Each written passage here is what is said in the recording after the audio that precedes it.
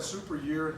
Appreciate Tim saying that we're kind of packed on time, and I know we're running behind a little bit late. We're on a tight schedule. So I'm going to make a couple generic comments here. I think all our press people know we're always available, and so I'm going to be available downstairs for one-on-one questions and questions that you have for our players as well.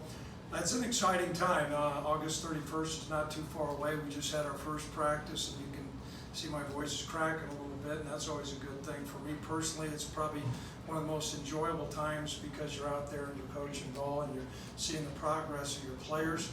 I would say this year, there's great optimism, but there's also questions.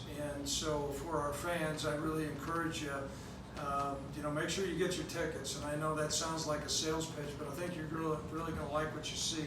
And I saw some great progress from spring until now. And so some of the things that I think that we really have in our corner, I think we're going to be really solid at the quarterback position. Of course, last year coming in, we had some real question marks, but not only Sean Chambers' progression, but Tyler Vanderwall has really done some good things as well. So we've got some pretty good depth at that position, which last year at this time we did not have at all. I think our offensive line, while we're missing a couple players, is certainly more solid than what we have had. They're bigger, stronger. There's no doubt we need to run the football better. I think we can. X is a good running back, and we have a transfer named Trey Lewis, who we think brings a great deal of optimism is there. We'll be particularly strong at the tight end position.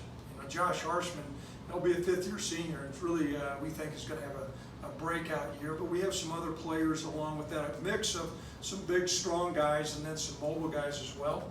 At that wide receiver position, Austin Conway's back, Rocket Ishmael's back, John O'Qualley.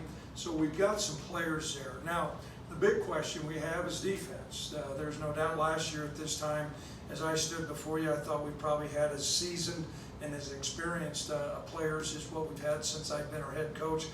A lot of those guys are gone. We're not looking in the rearview mirror, but looking forward, I think we can really count on Logan Wilson doing a great job at the middle linebacker position. Logan's he'll be a four-year starter for us.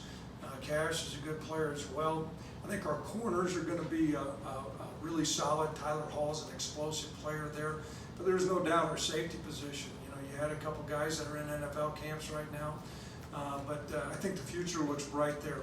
As far as special teams, Cooper Roth has done a great job. He's certainly received national recognition. He was one of the 3 finalists for the Lou Groza Award.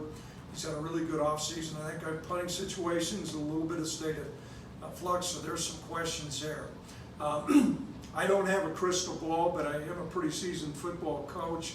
I think we're gonna exceed a lot of people's expectations, and I'll know for sure when we're probably in the second quarter against the Missouri Tigers, for sure kind of where we're at.